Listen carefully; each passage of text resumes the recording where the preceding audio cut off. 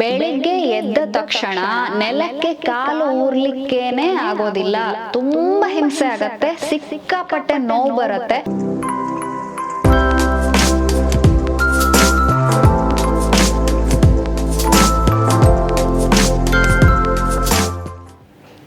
ಎಲ್ಲರಿಗೂ ನಮಸ್ಕಾರ.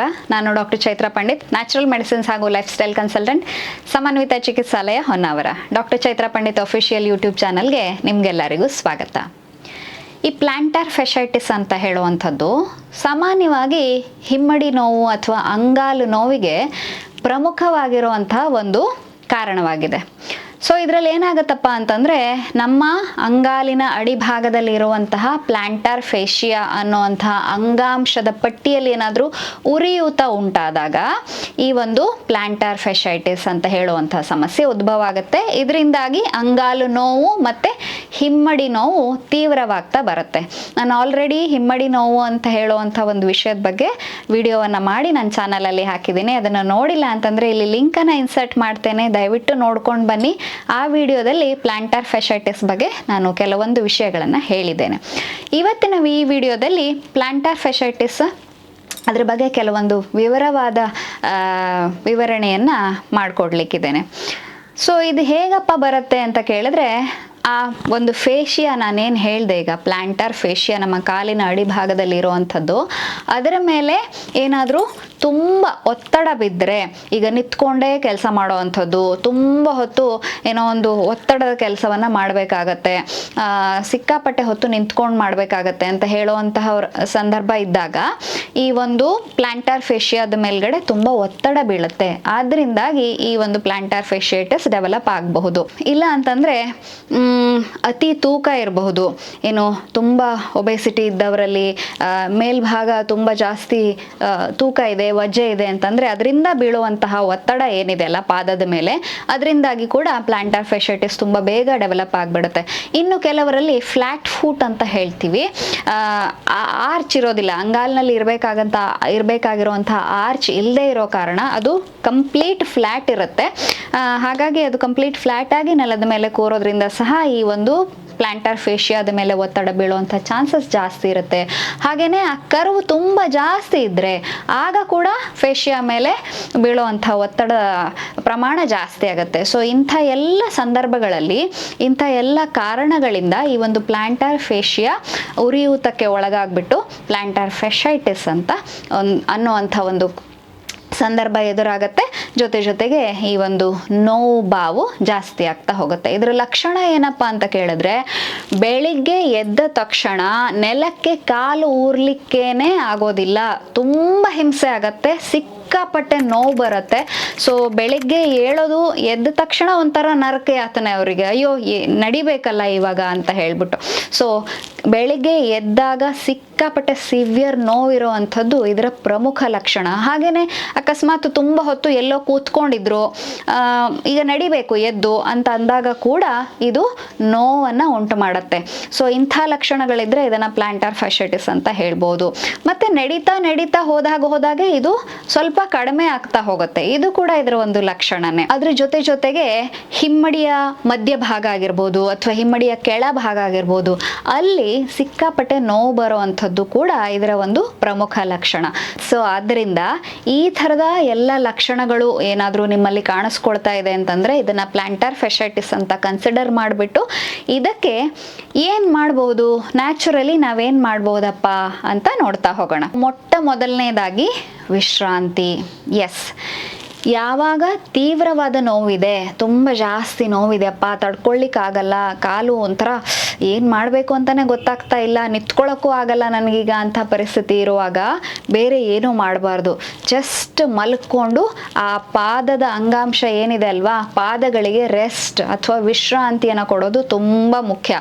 ಅದರಿಂದಾಗಿ ನಿಮ್ಮ ಸಮಸ್ಯೆನ ನೀವು ಕಡಿಮೆ ಮಾಡ್ಕೊಳ್ಬೋದು. ಒತ್ತಡದ ಮೇಲೆ ಮತ್ತಷ್ಟು ನೀವು ಒತ್ತಡ ಹಾಕ್ತಾ ಇದ್ದರೆ ಅದು ಕಡಿಮೆ ಆಗೋದಿಲ್ಲ. ಆದ್ದರಿಂದ ಯಾವಾಗ ಪ್ಲಾಂಟರ್ ಫೆಶೈಟಿಸ್ನ ನೋವು ಜಾಸ್ತಿ ಇರುತ್ತೋ ಆವಾಗ ನೀವು ರೆಸ್ಟ್ ಅಥವಾ ವಿಶ್ರಾಂತಿ ಕೊಡುವಂಥದ್ದು ತುಂಬ ಮುಖ್ಯ. ಇನ್ನು ಎರಡನೇದಾಗಿ ಐಸ್ ಪ್ಯಾಕ್. ಸೊ ನೀವು ಒಂದು